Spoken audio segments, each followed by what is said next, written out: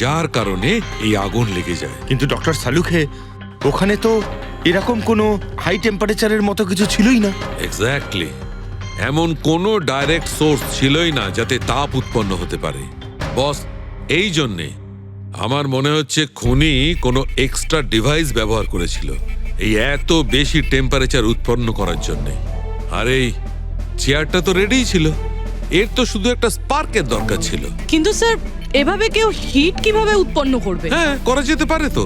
যেমন উদাহরণস্বরূপ magnifying glass.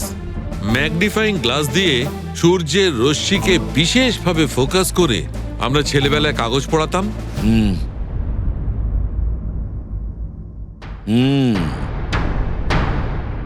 মনে হচ্ছে ওই রেস্টুরেন্টে আবার যেতে হবে, খোঁজ নিতে হবে কিসের থেকে আগুনটা লেগেছিল।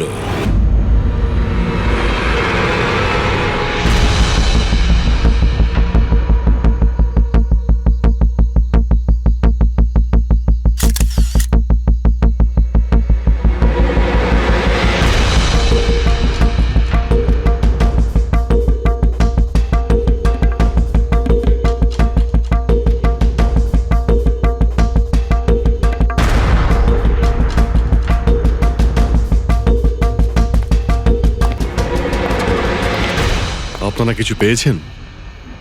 না স্যার, এমনিতেই তো জানা যায় যে কিভাবে আগুন লেগেছে, কিন্তু এখানে তো বোঝাই যাচ্ছে না যে আগুন লাগার কারণটা কি। আচ্ছা, দেখো অ্যাম্বুলেন্স কত দূর এলো। ঠিক আছে স্যার।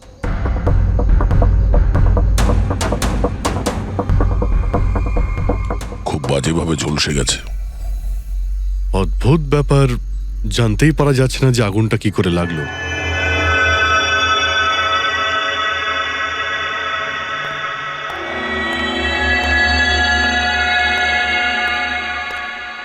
কিভাবে হলো এইসব? সবকিছু তো একদম ঠিক ছিল, জানি না আগুন কি করে লাগলো। এতজন মানুষের অভিশাপ তো লাগবেই, তাই না? এই, কি বললে তুমি? আমি জানতে পেরেছিলাম স্যার যে দিলীপ স্যার কোনো কোর্টের কেসে ফেসে গেছিলেন। খুব বড়সড় কেস ছিল স্যার, কিন্তু কিছুদিন আগে ছাড়াও পেয়ে গেছিলেন। অনেকে এই নিয়ে রেগেও ছিলেন। আচ্ছা, এই ঘটনার সুযোগ নিয়ে কেউ ওকে মেরে দেয়নি তো? না, কোর্টে উনি নির্দোষ প্রমাণিত হয়েছিলেন, উনি কিচ্ছু করেননি। কি কেস ছিল? 9 বছর আগে জামাইবাবু থিয়েটারে আগুন লেগে গিয়েছিল, যার জন্য বেশ কয়েকজন মারাও গিয়েছিল, আর সমস্ত দোষ জামাইবাবুর ঘাড়ে চাপলো। এমনি এমনি কি করে আগুন লাগতে পারে? এটা নিশ্চয়ই কারোর প্ল্যানিং। কাউকে সন্দেহ হচ্ছে আপনাদের? এটা কে করতে পারে? যে কেউ করতে পারে, অনিতাও করতে পারে। কোন অনিতা? টনির ওয়াইফ, ও এখানে এসেও ছিল।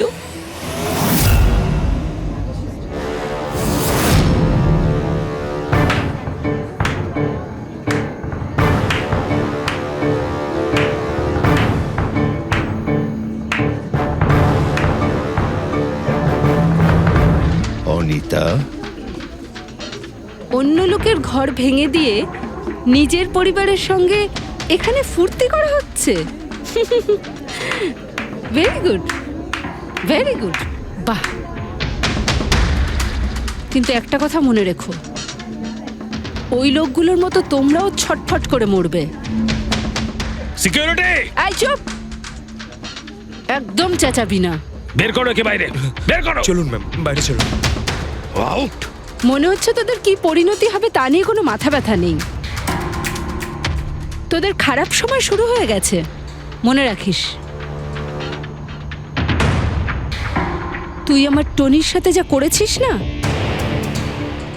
মনে রাখিস এরপরে তুই আর বেশি দিন বাঁচবি না, শুনেছিস? তুই এই নিয়ে যাবে কে? তুই আর বাঁচবি না, নরকে যাবি তুই। আর তাকিয়ে দেখছো কি? নিয়ে যাবে কে? তোকে নরক যন্ত্রণা ভোগ করতে হবে, ছটফট করে মরবি তুই, মনে রাখিস। আরে যা।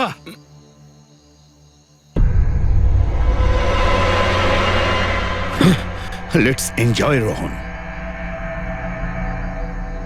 আরে ভুলে যাও।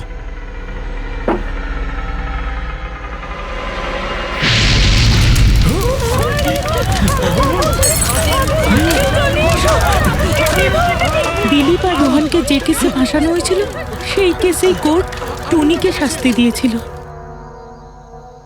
আচ্ছা, কে কে জানতো যে আপনারা এখানে এই রেস্টুরেন্টে আসবেন? জানি না স্যার। আচ্ছা, দিলীপ বাবু আসার আগে এই চেয়ারের আশেপাশে কাউকে দেখেছিলেন? কোনো অচেনা কাউকে? না স্যার, কাউকেই দেখিনি স্যার। এই টেবিলটাকে রিজার্ভ করেছিল? দিলীপবাবু ফোন করেছিলেন, বলেছিলেন যে আমাদের জন্য টেবিল রিজার্ভ করে রাখো। সবসময় এখানেই বসতেন, এই টেবিল এই চেয়ারেই। রেগুলার কাস্টমার ছিলেন আমাদের। কারোর আগে থেকে জানা ছিল যে দিলীপ এখানে এই চেয়ারে বসবে? স্যার, চেয়ারের আশেপাশে তেমন কোনো জিনিস নেই যা দিয়ে আগুন লাগতে পারে। এ তো অদ্ভুত ধরনের mystery. CCTV camera,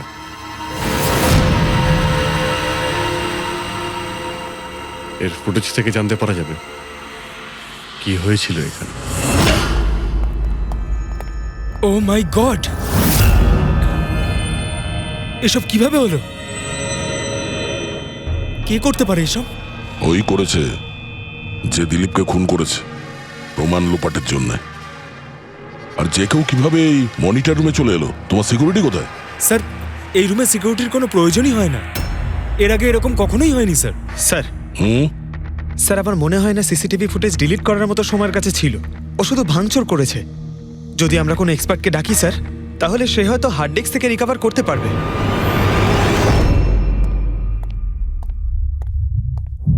sir, sir 9 বছর আগে দিলীপ আর রোহনের একটা থিয়েটার ছিল যেটায় আগুন লেগে গিয়েছিল। এক্সিট এন্ট্রির দরজা বন্ধ থাকার কারণে 12 জন লোক আগুনে পুড়ে মারা যায়। ভিকটিমদের ফ্যামিলি যখন কেস করে তখন ইনভেস্টিগেশনে জানা যায় যে সেই সময় একজন গার্ড ছিল। হ্যাঁ, টনি। হ্যাঁ স্যার। স্যার, কোর্টে এটা প্রমাণ হয়ে গিয়েছিল যে টনি অনেক মদ খেয়েছিল, আর মদের নেশা সে এতটাই চুর ছিল যে ইমার্জেন্সি এক্সিটের দরজাও খুলতে পারেনি। হ্যাঁ, কিন্তু এই টনির স্ত্রী অনিতা এটা মানতে রাজিই নয় যে ভুলটা টনি করেছিল। স্যার, শুধু উনিই নন, অনেক আর্টিকেল এবং নিউজ পেপারও কিন্তু কোর্টের সিদ্ধান্তের ব্যাপারে কথা বলেছিল।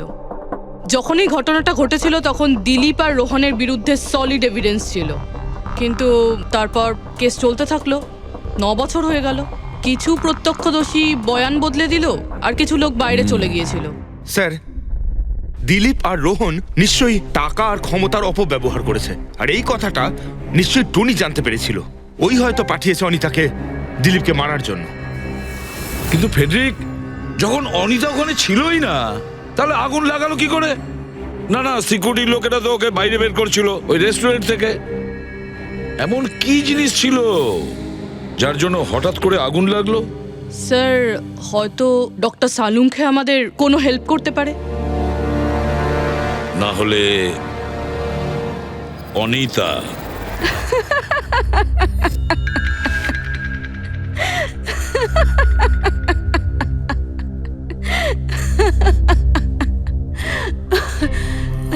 আপনারা তো অবাক হচ্ছেন কেন? আমার হাসি দেখে নাকি দিলীপের মৃত্যুর জন্য? দিলীপের মারা যাওয়াতে এত আনন্দ কিসের? আচ্ছা, আমি খুশি হব না তো আর কে হবে বলুন তো? কালকে রাত্রে রেস্টুরেন্টের থেকে বেরোনোর পর তুমি কোথায় গিয়েছিলে? জেলে, আমার স্বামীর সঙ্গে দেখা করতে।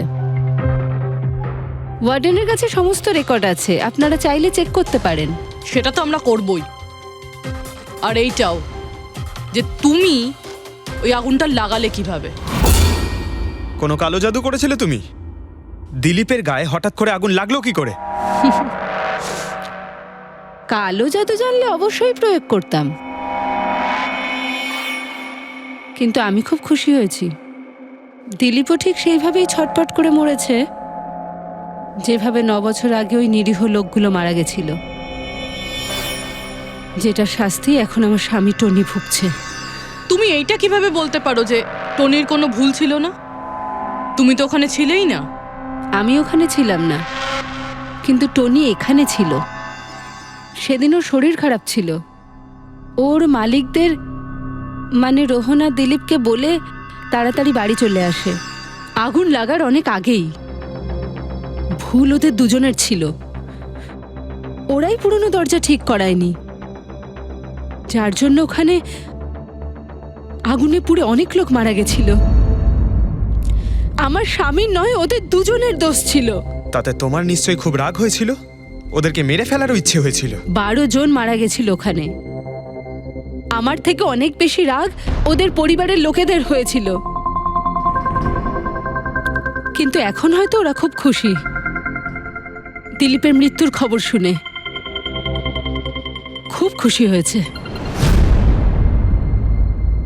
ওরা আরো বেশি আনন্দ পাবে যেদিন রোহন পুড়ে মরবে।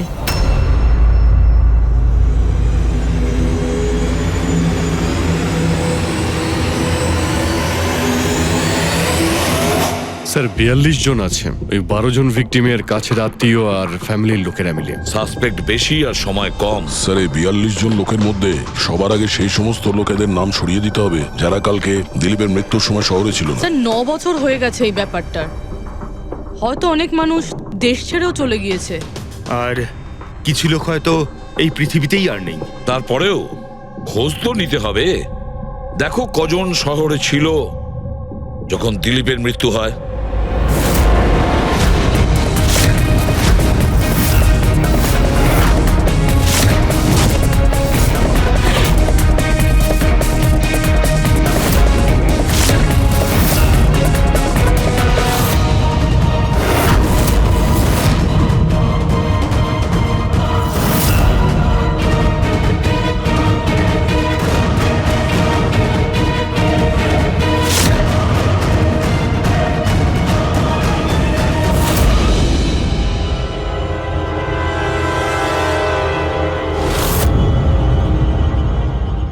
হ্যাঁ পঙ্কজ, কজন এখানে আছে?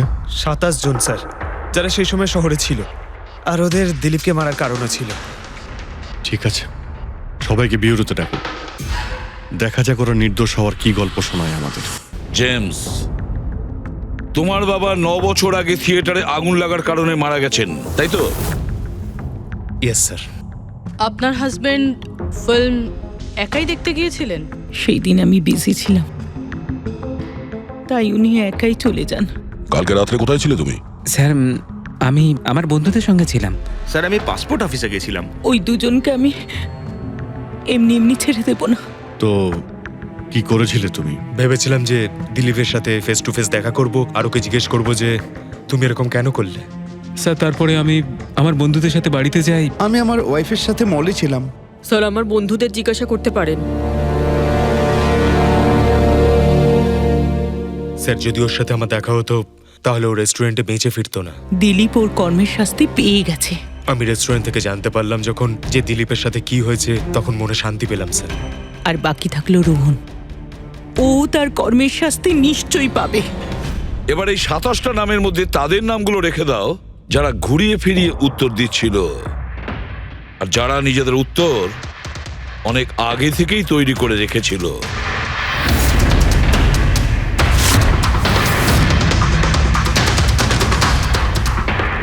স্যার এবার 15 জন রইল।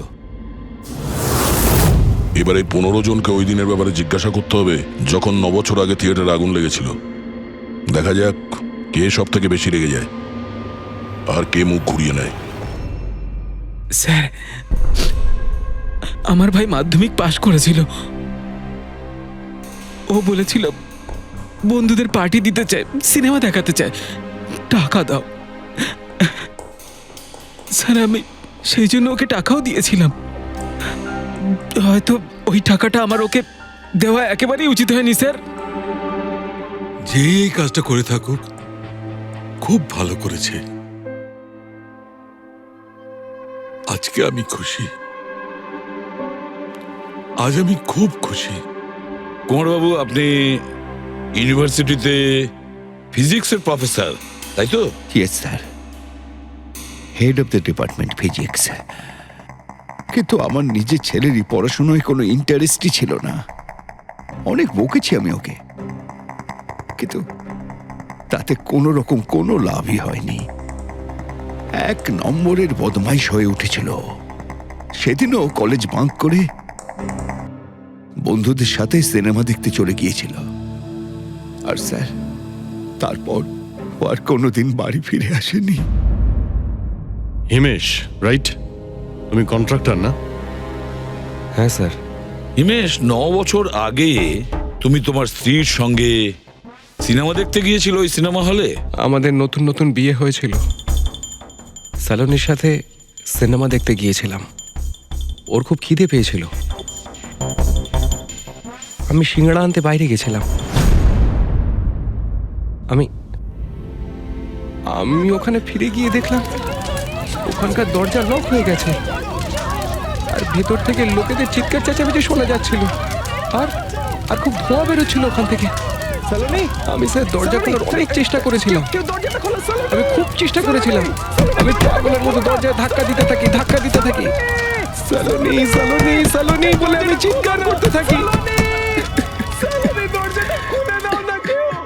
কিন্তু আমি কিচ্ছু করতে পারিনি স্যার, আমি কিচ্ছু করতে পারিনি।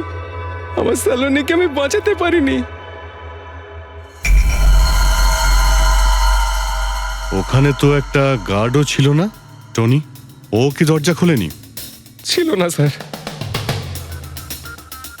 ওখানে কোনো গার্ড, মানে আর কাউকে দেখেছিলে তুমি? কেউ ছিল না স্যার, কেউ ছিল না। আমি 9 বছর আগে কোর্টে যে কথা বলেছি আজও তাই বলছি।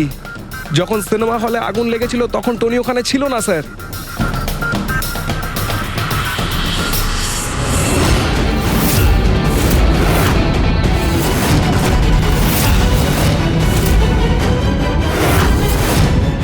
স্যার, এই হলো আমাদের 15 জন সাসপেক্ট যারা দিলীপকে খুন করতে পারে। স্যার, পুলিশ বলছিল যে ফায়ারম্যানরাও বলতে পারেনি যে আগুনের এক্স্যাক্ট সোর্সটা কোথায় ছিল। ওরা তো দেখা মাত্রই জানতে পেরে যায়, তাই না? জানতে পেরে যায় যে ওখানে এমন কি জিনিস ছিল যাতে আগুন ছড়িয়ে পড়ে, কিন্তু ওরা জানতে পারেনি।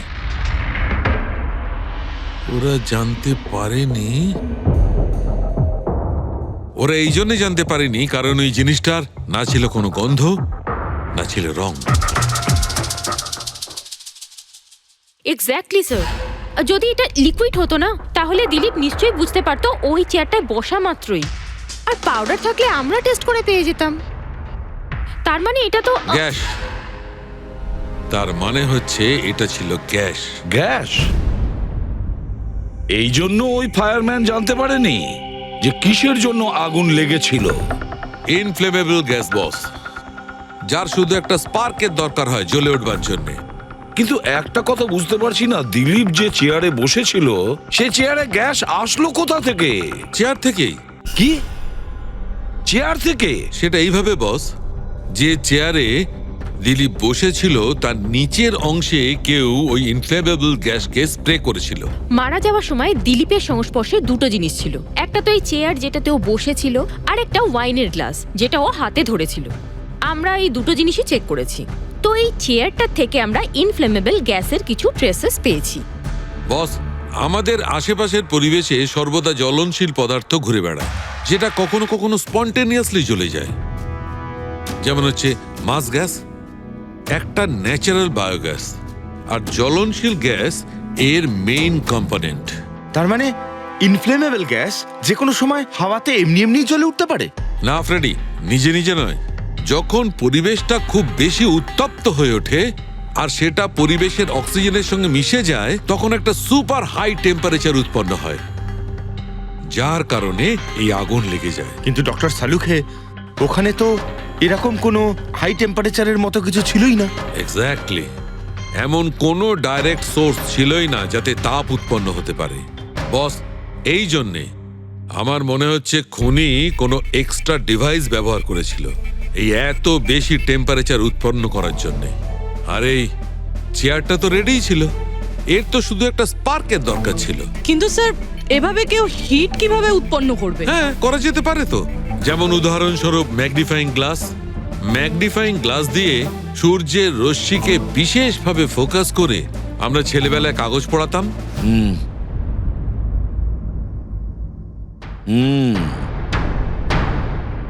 মনে হচ্ছে ওই রেস্টুরেন্টে আবার যেতে হবে, খোঁজ নিতে হবে কিসের থেকে আগুনটা লেগেছিল।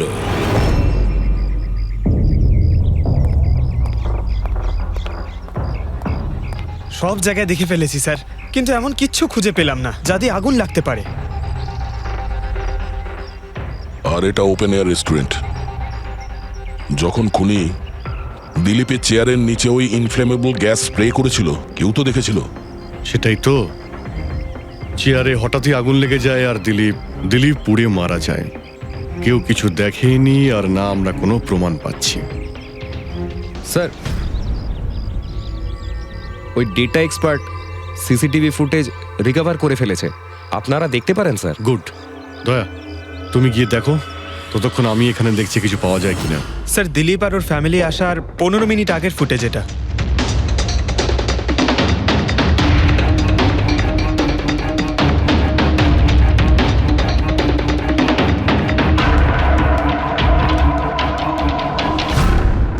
এ চেয়ার চেঞ্জ করছে।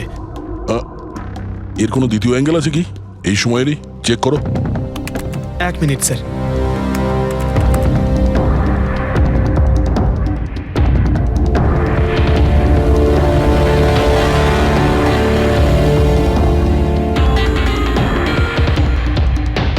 ও চেয়ারটার সঙ্গে কি করছে?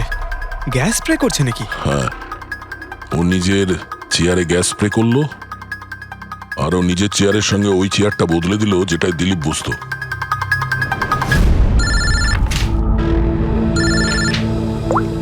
হ্যাঁ দয়া। আচ্ছা, গ্রেট, গুড ওয়ার্ক দয়া, গুড ওয়ার্ক।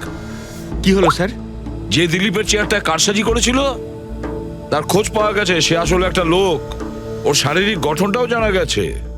আর দেখি আমরা, দয়া ফটোটা পাঠাচ্ছে।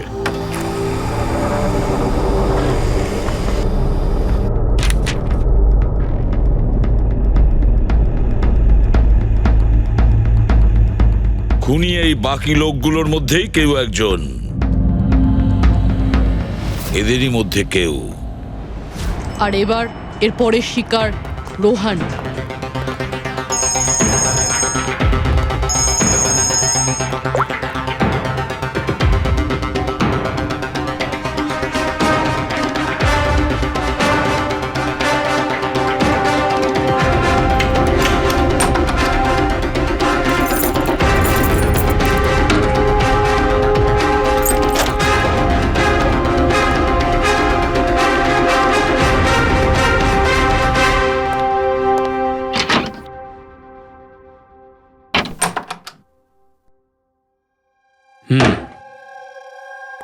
আমার মনে হয় কারোর আমার আর দিলীপের মুক্তিতে অসুবিধা হচ্ছে। আমার প্রাণের ঝুঁকি আছে এখানে। I'll talk you later, bye. Sir, everything is okay. All right, তুমি এখানেই থাকবে আর কাউকে ভেতরে ঢুকতে দেবে না। Be alert, okay? Okay sir.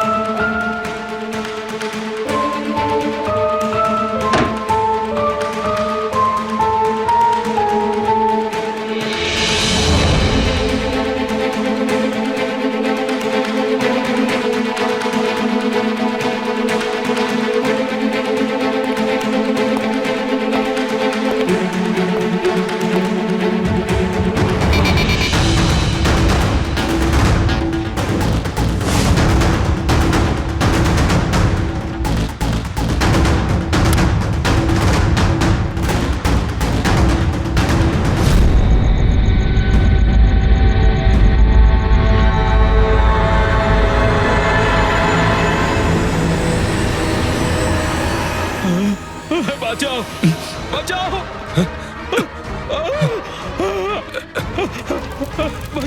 বাঁচাও, বাঁচাও, বাঁচাও, ওকে জল দাও, জল, বাঁচাও, বাঁচাও, বাঁচাও। স্যার, স্যার, স্যার, স্যার, এক মিনিট স্যার, স্যার, বাঁচাও, স্যার, বাঁচাও, জল, জল দাও, স্যার, বাঁচাও, বাঁচাও।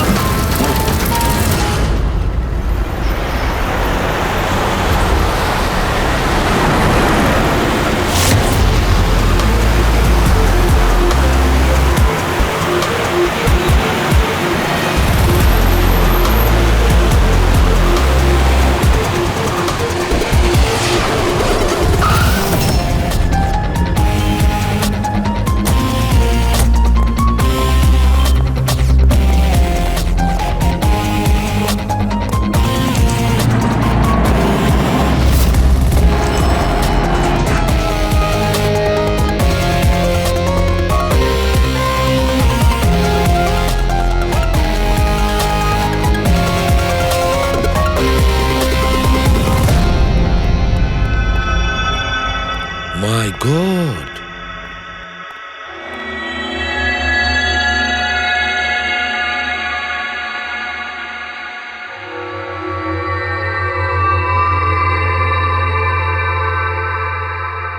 কি হয়েছিল এখানে আর কিভাবে?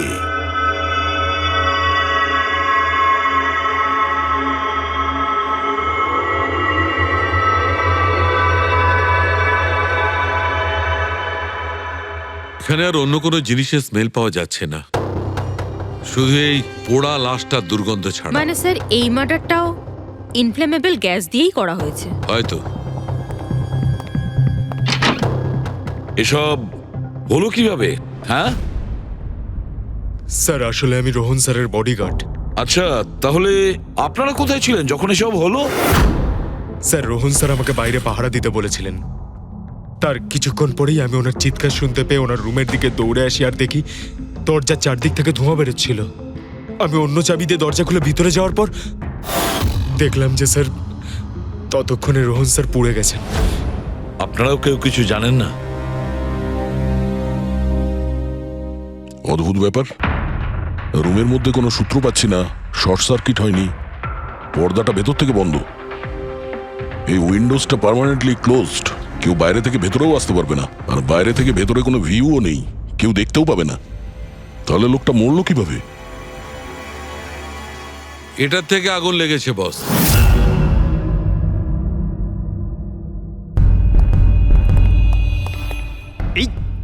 এই জিনিসটা দিয়ে এটা কি স্যার? এটা হচ্ছে ফিলামেন্ট। ফিলামেন্ট?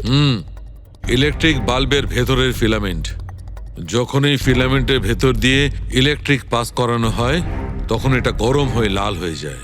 বস, খুনিও এই টেকনিকটাই ব্যবহার করেছে ওই জ্বলনশীল গ্যাসটাকে জ্বালানোর জন্য।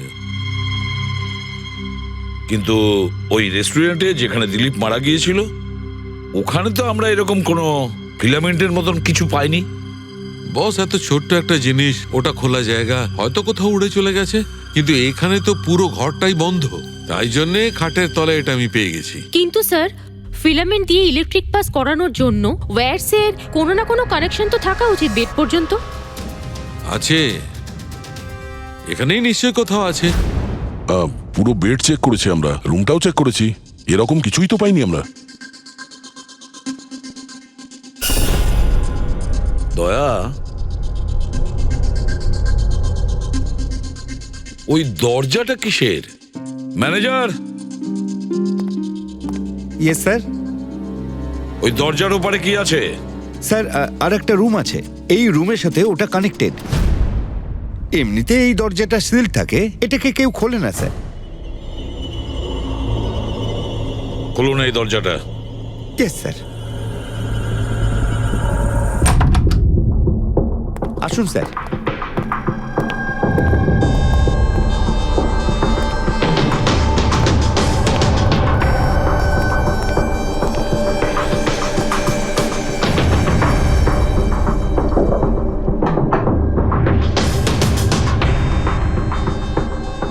আচ্ছা ম্যানেজার বাবু, কার রুম এটা? কে থাকে এই রুমটাতে? কোনো একজন গেস্ট স্যার, ডিটেলস চেক করতে হবে। দেখুন। Okay sir.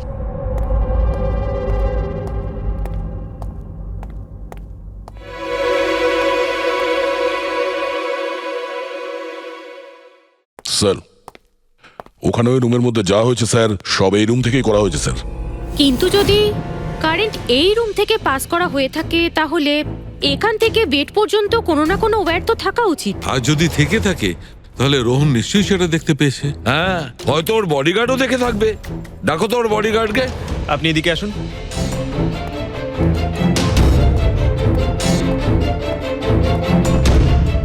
একটা কথা বলো, যখন তুমি রোহনের ঘরে এসেছিল তখন কোনো তার দেখেছিলে এখানে এই দরজা থেকে ওই রুম পর্যন্ত? কোনো কিছু? না স্যার, রোহন স্যার এই রুমে ঢোকার আগে আমি এই রুমটাকে খুব ভালো করে চেক করেছিলাম, কিন্তু তার বা সেরকম কিছু আমার চোখে পড়েনি। ঠিক আছে, যাও তুমি। যাই হোক না কেন দয়া, খুনি এই দরজাটা ব্যবহার করেছে। এই দরজা দিয়ে রোহনের রুমে আসে আর রোহনের বেডে ইনফ্লেমেবল গ্যাস স্প্রে করে, আর যে কোনো ভাবেই হোক ফিলামেন্টে কারেন্ট দিয়ে দেয়, তাতে ফিলামেন্ট গরম হয়ে যায় আর ইনফ্লেমেবল গ্যাসে আগুন ধরে যায় আর তাতে রোহনের মৃত্যু হয়। বস, একটা কথা কিন্তু ঠিক, খুনি যেই হোক না কেন তার ইলেকট্রিক আর কেমিক্যাল সম্পর্কে খুব ভালো জ্ঞান আছে। প্রফেসর কুমার, ফিজিক্সের প্রফেসর কুমার, ওর থেকে আর কে বেশি জানতে পারে এই ব্যাপারে? স্যার। ওই প্রফেসর কুমারের সঙ্গে দেখা করো। স্যার। দয়া, আমিও যাব তোমার সঙ্গে।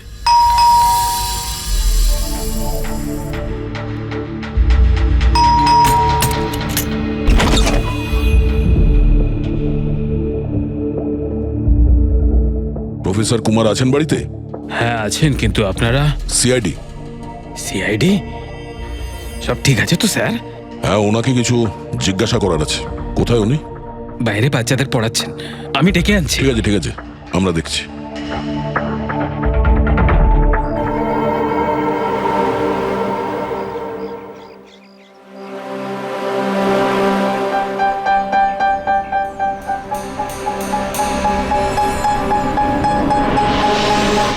মিস্টার কুমার, আপনার কাছে আমাদের কিছু জিজ্ঞাসাবাদ আছে। বলুন, কি জানতে চান? আপনি এটাকে চেনেন? এটা তো ফিলামেন্ট। গুড, ঠিক চিনেছেন আপনি। আপনি জানেন আমরা এই ফিলামেন্টটা কোথা থেকে পেয়েছি? সেটা তো আপনারাই বলতে পারবেন কোথা থেকে পেয়েছেন। রোহনের বিছানার নিচে। কাল রাত্রে রোহন ওই বিছানাতেই পুড়ে মারা গেছে। হোয়াট? রোহনও মারা গেছে? কাল রাত্রে আপনি কোথায় ছিলেন? রাত 9টা থেকে ভোর 3টে পর্যন্ত। আপনারা আমাকে সন্দেহ করছেন? এটা আমাদের প্রশ্নের উত্তর হলো না মিস্টার কুমার। কাল আমি সারা দিন আর সারা রাত্রি বাড়িতেই ছিলাম। কোনো প্রমাণ? আগে আমার কাজের লোক রামু আর বিকাশ, প্লিজ কাম হিয়ার।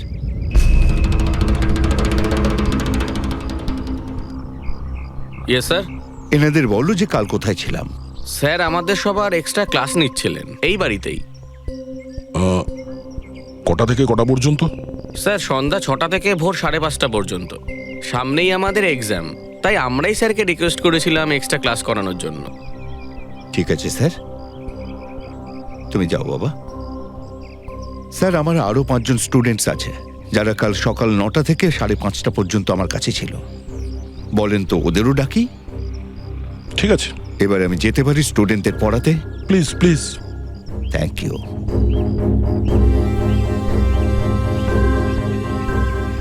হ্যাঁ, তাহলে আমি যেটা বলছিলাম যে শোল্ডারিং ওয়্যার ছাড়াও আমরা মাদারবোর্ড ফিক্সড করতে পারি with the help of adhesive conductor.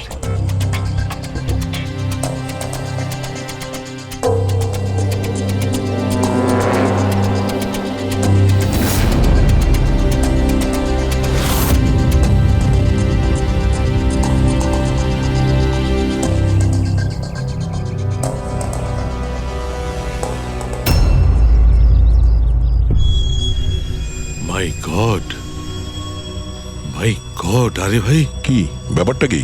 আরে ভাই, এই ভুলটা আমি কি করে করলাম? কি গড, বুড়ো হয়ে গেছি আমি বুড়ো হয়ে গেছি। দয়া, একটা কাজ করবে, 1 ঘন্টা পরে ফরেন্সিক ল্যাবে দেখা করো। একটা জিনিস দেখাবো। 1 ঘন্টা পরে। আরে ওই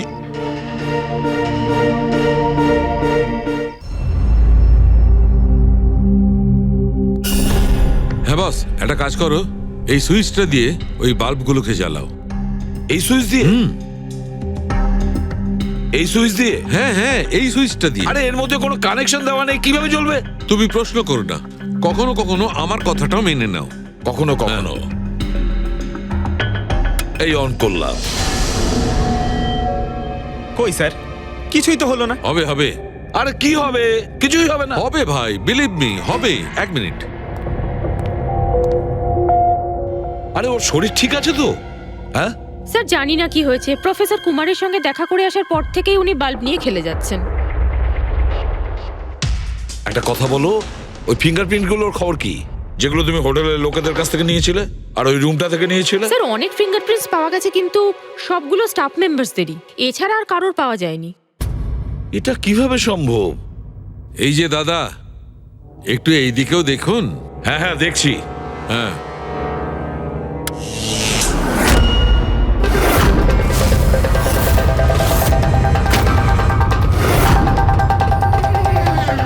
আরে স্যার স্যার এই বাল্বগুলো জ্বললো কিভাবে? এ কি কাণ্ড করলেন ডক্টর সালুকে? কোনো তার ছাড়াই আপনি সবকটা বাল্ব জ্বালিয়ে দিলেন। কিন্তু ডক্টর সালুকে, এটা আপনি করলেন কিভাবে? এটা ঠিক তেমন ভাবেই হয়েছে ফ্রেডি, যেমন ভাবে খুনি করেছিল। ওই দিলীপের চেয়ারটাতে আর রোহনের বেডে। ম্যাজিশিয়ান সালুকে, এবার পরিষ্কার করে বলুন আপনি সব করলেন কিভাবে? কারেন্ট কি হাওয়া থেকে আসলো? হাওয়া থেকে আসেনি বস, তাহলে কারেন্ট এসেছে ইলেকট্রিক পেইন্টের সাহায্যে। Electric paint? হ্যাঁ, ইলেকট্রিক পেইন্ট। আসলে ইলেকট্রিকের যে তার হয় সেটা মেটালের হয়।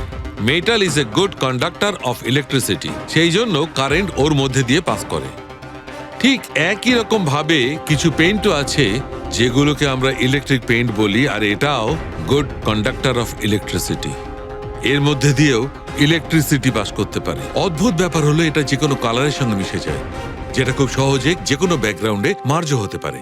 ও, এই কারণেই আমরা হোটেলের রুমে আর রেস্টুরেন্টে কিছু দেখতে পাইনি স্যার। এক্স্যাক্টলি দয়া। খুনি আসলে হোটেলের রুমের আর রেস্টুরেন্টের ফ্লোরের দুটোর কালার এই কালারের সঙ্গে ম্যাচ করেছে, এই জন্য আমরা দেখতে পাইনি। তার মানে ইলেকট্রিক কারেন্ট, এই ইলেকট্রিক পেন্ট, এটা কি খুব সহজেই পাওয়া যায়? হ্যাঁ, পাওয়া যায়। আসলে এটা ইলেকট্রিক সোল্ডারিং আর রিপেয়ারিং এর কাজে লাগে। আর এটা সবচেয়ে বড় বিশেষত্ব হলো যে এটা সাধারণত খালি চোখে এটা দেখা যায় না, শুধুমাত্র ইনফ্রারেড লাইটেই এটা দেখা যায়। আমি দেখাচ্ছি।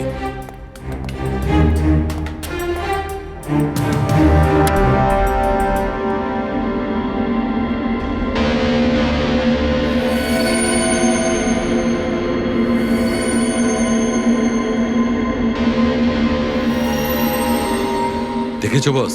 হ্যাঁ, খনিও ঠিক এইভাবেই ইলেকট্রিক পেইন্টের ব্যবহার করেছে আর এই সার্কিট তৈরি করেছে।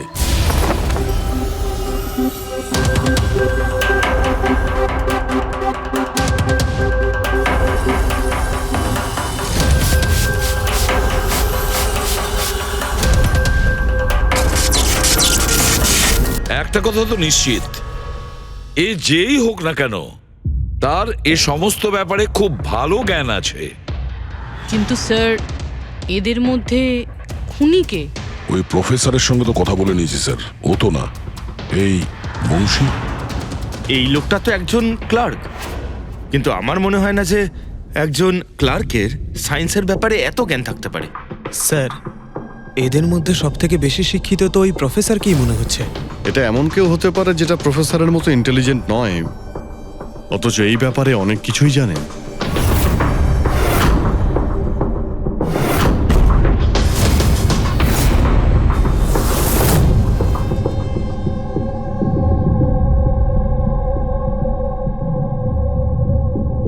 সেই লোকটা অভিজিৎ, এই লোকটাই সে। মনে পড়ছে কি বলেছিল আমাদের, যে ও কি কাজ করে?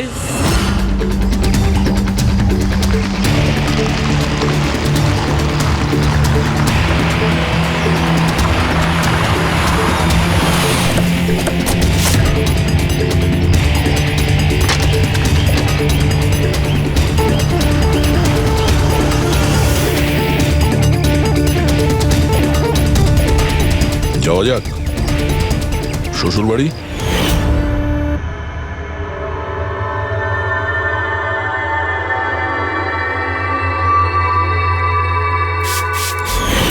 দিলীপ আর রোহনের উপর কেস হয়েছিল, কিন্তু আমি জানতাম ওরা টাকার পাওয়ারের জোরে ছাড়া পেয়ে যাবে।